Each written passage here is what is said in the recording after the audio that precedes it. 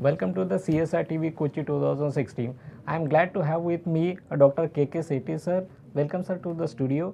Sir is the past president of Cardiology Society of India and is the chairman for Delhi Heart and Lung Institute, New Delhi. So I welcome you sir for this talk on this live TV.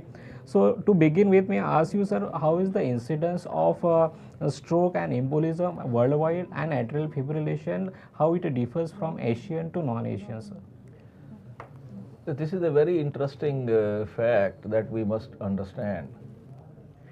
The absolute prevalence of atrial fibrillation in Asians is less than what we have seen in the Western countries.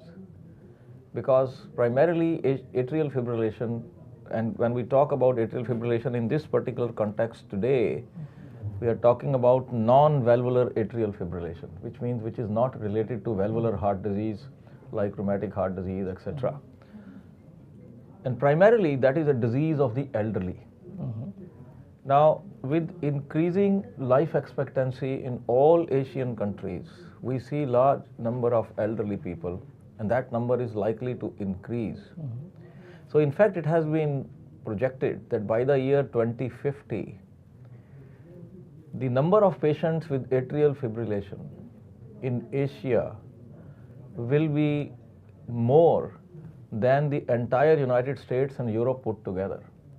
And therefore, we have a huge problem at hand because the Asians have a much higher incidence of stroke with atrial fibrillation. Even though they have same Chad's-Vask score or the same risk factors for stroke as the non-Asians have.